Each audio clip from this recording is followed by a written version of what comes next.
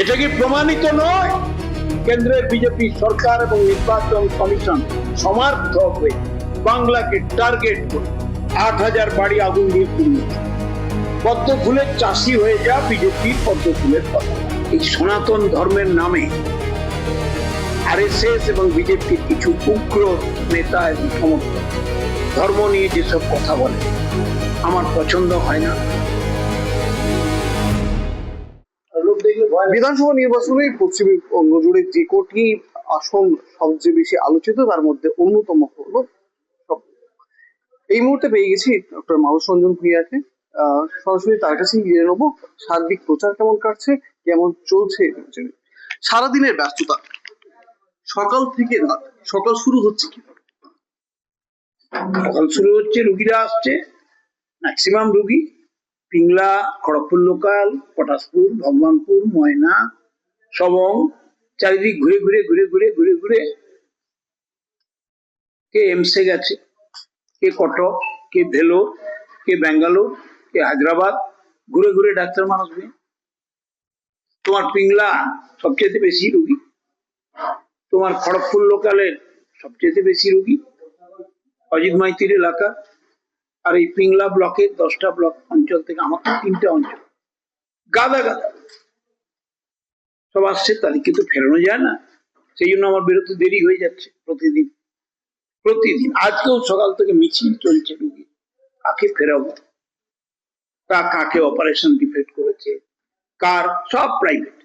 আমি তাদের একটু বকাবকি করি, আরে মমতা বন্দ্যোপাধ্যায় 100 ভাগের 100 ভাগ বিনা পয়সায় চিকিৎসার ব্যবস্থা করেছেন, আধুনিক চিকিৎসা,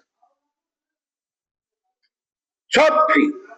ভারতবর্ষের কোন রাজ্য পশ্চিমবঙ্গ ছাড়া ফ্রিতে সরকারি স্তরে ট্রিটমেন্ট করে না। তামিলনাড়ু 50-50, কর্ণাটক 50-50, আন্ধ্রা 45-55, দিল্লি 45-55, বেঙ্গল 100-100। মমতা ব্যানার্জি স্বাস্থ্য সাথী card, major operation heart free, kidney free, cancer treatment included হয়ে গেছে।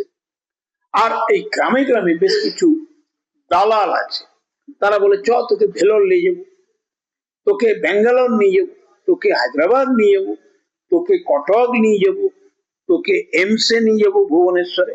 ঘুরে ঘুরে ঘুরে ঘুরে ঘুরে ঘুরে নিঃস্ব হয়ে ডাক্তার মানুষ দিয়ে তাদের আমি একটু বকি। এই জন্য আমার নামে একটু বিরোধীরা বলে মানুষ বাবু বকেন।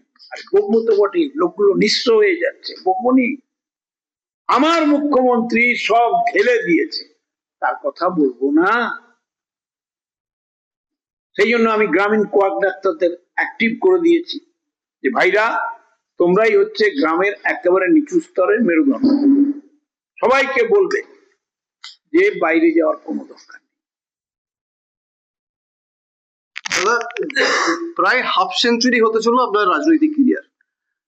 ইলেকশন প্রথম যখন লড়েছিলেন, এবারে নির্বাচন কতটা আলাদা মনে হলো? 57 বছর আমার রাজনৈতিক ক্যারিয়ার, আর সংসদীয় জীবনে আমি এটা 9ম টাইম লড়াই করছি। একবার বাক্স ভেঙে সিপিএম হারিয়েছিল, কোর্টে জিতেছিলাম 96 সালে, 2001-এ বন্দুকের পয়েন্টে হারিয়ে দিয়েছিল। আর তারপর চলছে 6, 11, 16, 21, এবারে 26। তো আমার সহজ কঠিন মাঝামাঝি এসব আমার কাছে জীবনে কিছু নেই। আমি সবঙ্গের মানুষকে ভালোবাসি, পিংলার মানুষকে ভালোবাসি, তাদের বিচারের উপর সবটাই ছেড়ে দিই। আমি তো জোর করে কিছু করি না, আমি মানুষের উপর আস্থা রাখি, বিশ্বাস রাখি। আমরা কাজ করেছি প্রচুর। ধরুন 21 সাল থেকে 26 সালের 2রা ফেব্রুয়ারি 1128টা রাস্তা হয়েছে, 500 কিলোমিটার 5 বছরে, 5 বছরে 500 কিলোমিটার, খরচ 177 কোটি 74 লক্ষ টাকা, মমতা ব্যানার্জি। আবার 7ই ফেব্রুয়ারি 25-26-এর 481টা রাস্তা মঞ্জুর করে পাঠিয়ে দিয়েছেন মমতা ব্যানার্জি। ভাবা যায়? কারণ তিনি জানেন সবংটা বন্যা পীড়িত, সবংটা নিচু এলাকা, সবঙ্গে জল ঢুকলে বেরোয় না, সবঙ্গে গ্রামীণ রাস্তার অভাব আছে। হাইয়েস্ট রোড আপনাদের টিভি চ্যানেল আর পেপার লিখছে সবঙ্গে রাস্তা নাই, সর্বনাশ কাণ্ড, বিরোধীরা অগ্নিমুখর হয়ে বক্তৃতা করছেন, প্রচার মাধ্যমগুলো একেবারে ফাটাফাটি প্রচার করছে, গেল গেল গেল। পশ্চিমবঙ্গের হাইয়েস্ট রোড সবং, মমতা ব্যানার্জি। একটু ডেটা ফেটা নিয়ে খবরটা এখানে একটু আপনাকে ইন্টারাপ্ট করছি। কেন্দ্রীয় বাহিনী এর আগে নির্বাচন ঘোষণার এত আগে ডিপ্লয় হয়নি। পশ্চিম মেদিনীপুরে কেন্দ্রীয় বাহিনী প্রথম ডিপ্লয় হলো আপনার বিধানসভা এলাকায়। কারণটা কি মানস ভূঁইয়া? না, কারণটা তৃণমূল কংগ্রেস। মানস ভূঁইয়া তো একজন কর্মী সৈনিক। আমার কাছে খবর বিজেপি 29টা সিটকে টার্গেট করে দলাই মালাই করতে চাইছে, তার মধ্যে সবং একটা। কখন দলাই মালাই করে, কখন গায়ে বমি করে, কখন গায়ে জল ঢেলে দেয়। সিপিএম এর আমলে জল ঢালতে দেখেছি, আলকাতারা মাখাতে দেখেছি, জিভ কাটতে দেখেছি, মেয়েদের উপর অত্যাচার দেখেছি। এখন এরা সামাজিক স্তরে ধর্মীয় মাধ্যমে অর্থনৈতিক অবরোধ করে, দরজা ভেঙে জানলা ভেঙে, তুমি হিন্দু না তুমি মুসলমান, তুমি মসজিদে যাবে না তুমি মন্দিরে যাবে, আদিবাসীদের নাম কাটো, মহিলাদের নাম কাটো, মুসলিমদের নাম কাটো, যুবক যুবতীদের নাম কাটো। মমতা ব্যানার্জিকে জব্দ করা যাচ্ছে না, হারানো যাচ্ছে না, মানস ভূঁইয়াকে জব্দ করা যাচ্ছে না। হাজার চক্রান্ত করে 21 সাল থেকে চলছে সেই চালা। প্রচারের মূল ইস্যু মমতা বন্দ্যোপাধ্যায়ের উন্নয়নমূলক প্রকল্প নাকি এসআইআর? আমাদের কাছে টপ প্রায়োরিটি মানুষের উন্নয়ন। জন্ম থেকে মৃত্যু মমতা বন্দ্যোপাধ্যায় মানুষের পাশে দাঁড়িয়ে দলমত নির্বিশেষে, কোন রাজনৈতিক বাদবিচার না করে, কোন ধর্মান্ধ রাজনীতি না করে, সবাইকে বুকে জড়িয়ে মায়ের মতো তিনি বাংলার বাঙালির সেবা করছেন। এটা আমাদের top priority. Second issue SIR.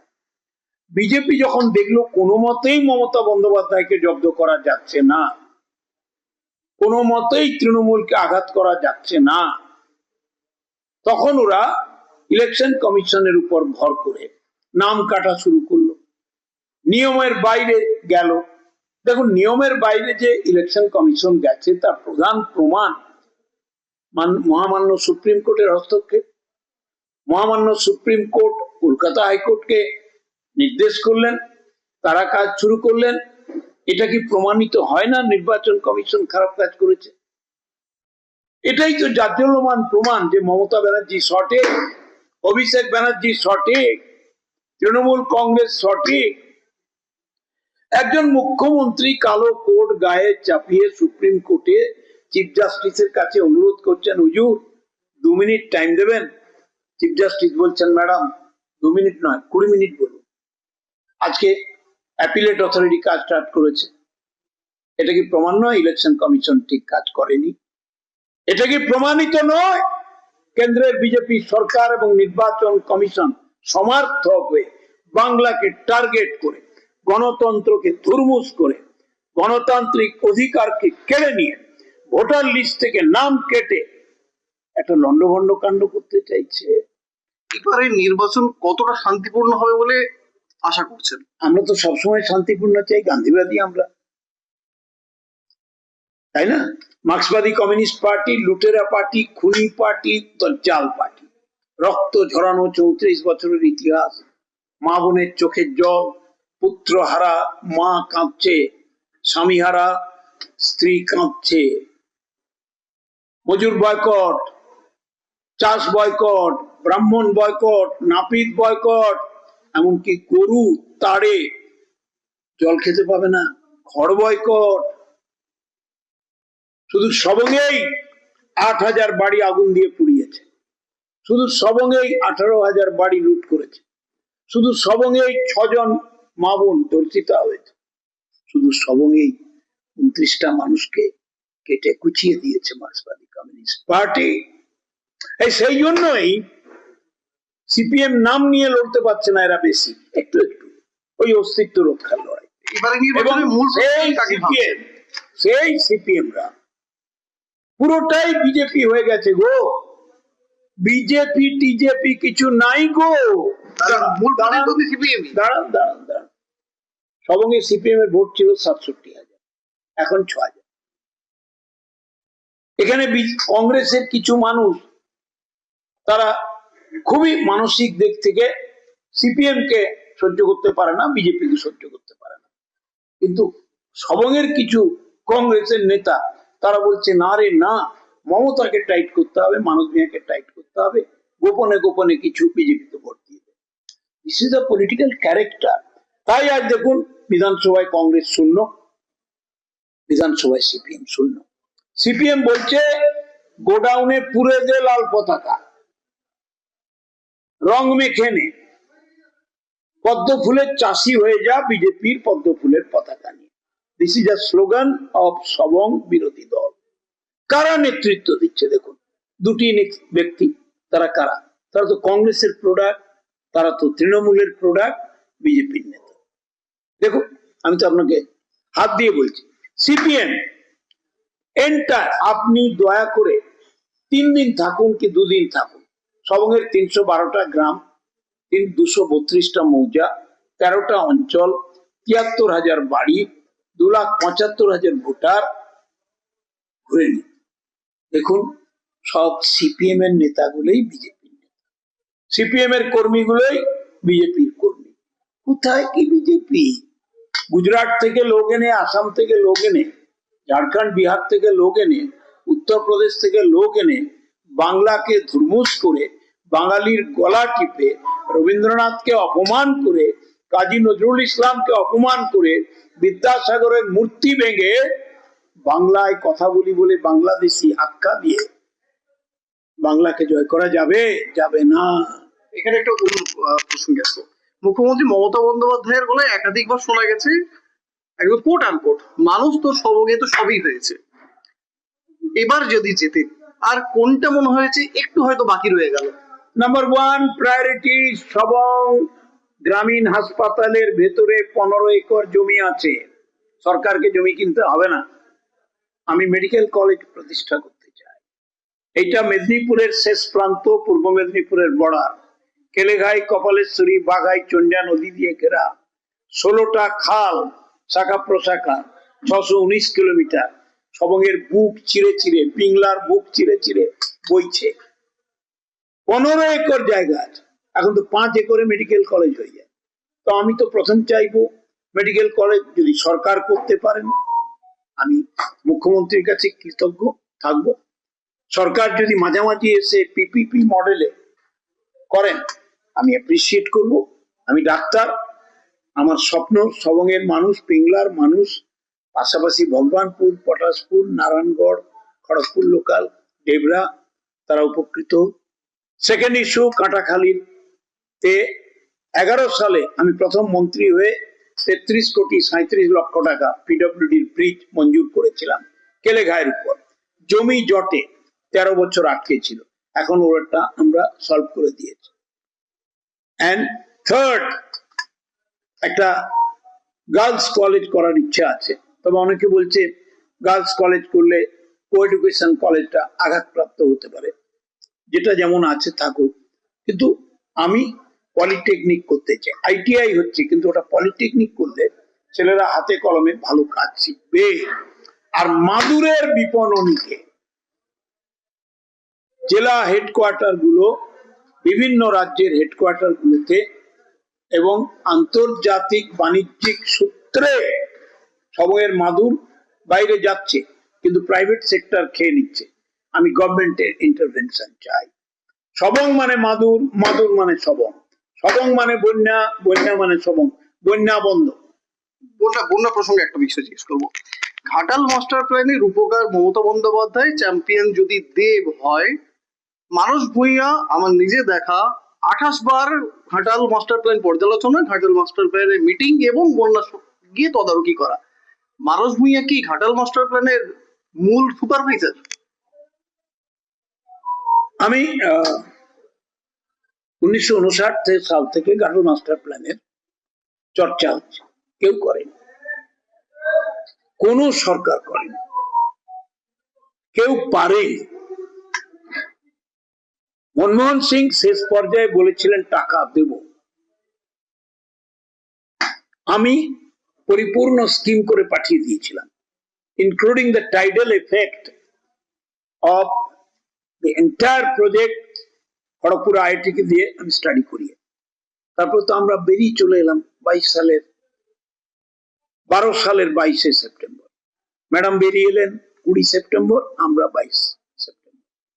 তারপর তো অনেক মন্ত্রী হয়েছেন, তারা কি করেছেন না করেছেন আমি পর্যালোচনায় যাব না। 24 সালের 8ই আগস্ট ম্যাডাম আমাকে দায়িত্ব দিলেন, মালদা আপনি দেখুন ক্ষুদ্র সেচ প্রকল্পের সঙ্গে সেচ প্রকল্প। আমি আপনাদের শুভেচ্ছা, মানুষের শুভেচ্ছা, মুখ্যমন্ত্রীর শুভেচ্ছা, অভিষেকের শুভেচ্ছা, জনগণের ভয়ঙ্কর ইচ্ছা তাগিদ ফেডারেল মাস্টার প্ল্যানকে আজকে এক্সিকিউশন লেভেলে নামিয়ে দেওয়া হয়েছে মুখ্যমন্ত্রীর সিঙ্গুর থেকে উদ্বোধনের মাধ্যমে। তার আগে কিছু কিছু কাজ স্টার্ট হয়ে গেছে। 1500 কোটি টাকা। আর মমতা বন্দ্যোপাধ্যায় মানে ঘোষণা, কথা রাখা, কথা দেওয়া, এর কোনো হেরফের হয় না। 500 কোটি টাকা অলরেডি দিয়ে দিয়েছে, তার কাজ চলছে।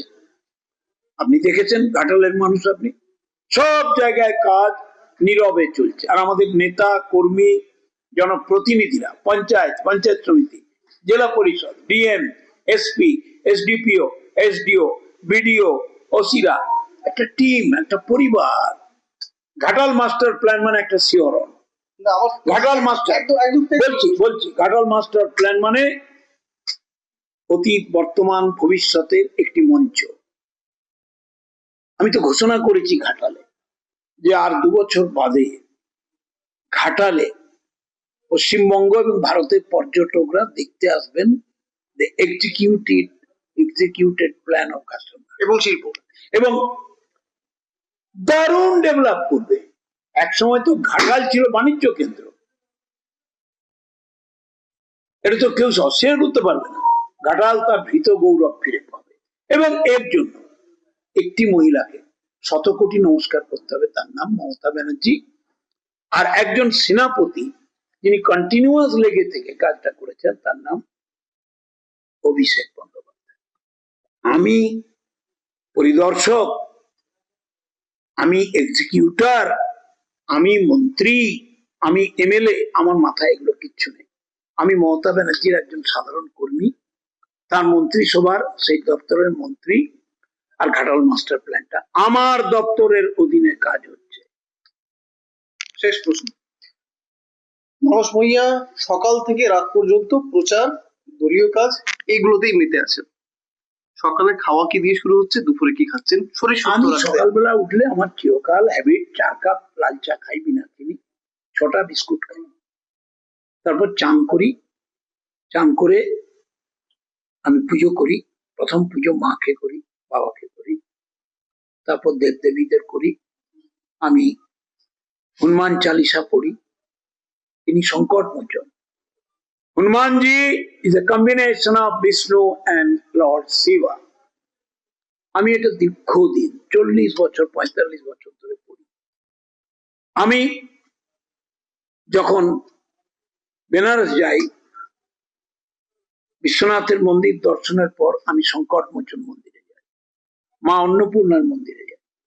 আমি ধার্মিক, আমি বিবেকানন্দের পথে ধর্মকে পূজা করি। আমি এই সনাতন ধর্মের নামে আরএসএস এবং বিজেপির কিছু উগ্র নেতা এবং সমর্থক ধর্ম নিয়ে যেসব কথা বলেন, আমার পছন্দ হয় না, আমি তার বিরোধিতা করি। আমি প্রশ্ন করেছিলাম নেতাদের, বিজেপি কোন হিন্দু ধর্মের কথা বলছেন, আরএসএস এবং বিজেপির হিন্দু ধর্ম, নাকি স্বামী বিবেকানন্দের হিন্দু ধর্ম, রামকৃষ্ণ দেবের হিন্দু ধর্ম, মা সারদার হিন্দু ধর্ম? আমি স্বামী বিবেকানন্দের হিন্দু ধর্মের দীক্ষিত একজন ব্যক্তি। আমি রামকৃষ্ণ, মা সারদা, স্বামী বিবেকানন্দকে আমার অন্তরে আমার চিন্তায়, আমার দর্শনে রাখি। আমি আমার স্ত্রী শ্রীমতী গীতা ভূঁইয়াকে নিয়ে 2 বার শিকাগো গেছি। সেখানে ইনস্টিটিউট অফ কালচারে 4 ঘন্টা করে সময় কাটিয়েছি, বিবেকানন্দের বক্তৃতা শুনেছি। বেদান্ত আশ্রমে গেছি, ফার্স্ট বেদান্ত আশ্রম আমেরিকার বুকে শিকাগোতে।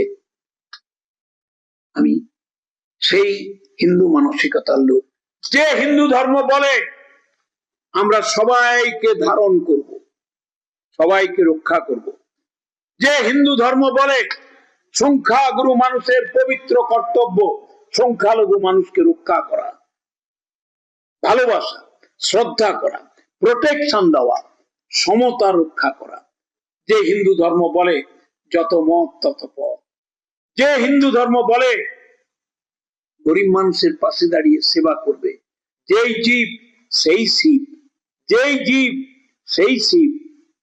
গুরুদেবের সেই মন্ত্রণা নিয়ে স্বামী বিবেকানন্দ বলেছিলেন, বহুরূপে সম্মুখে তোমার ছাড়ি কোঠা খুঁজিছে ঈশ্বর, জীবে প্রেম করে যেই জন সেই জন সেবিছে ঈশ্বর। দুপুরের খাবারে কি খাচ্ছেন শরীর সুস্থ রাখার জন্য? দুটো রুটি, সবজি, একটা হাফ বয়েল ডিম সিদ্ধ, নাহলে একটা মাছ, আর 1 বাটি ডাল। রাত্রের খাবার? রাত্রে একটু ভাত খাই, একটু, আর গরম গরম সবজি আর মাছ, মাংস কম খাই।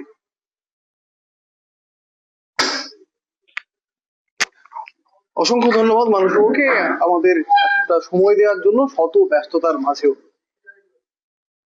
জয় পরাজয়, কত মার্জিনে জয়, এই সমস্তই নির্ভর করছে এবার নির্বাচন কতটা সুষ্ঠু বা কতটা সুন্দরভাবে মানুষ তার ব্যালট বক্সে মত দিতে পারবেন। তবে মানুষ বাবুর যা ট্র্যাক রেকর্ড, তাতে এবারের জয়ের মালা তিনি পরবেন কিনা তার প্রচারের যে ঝড়, তাই অনেকটাই ইঙ্গিত দিচ্ছে।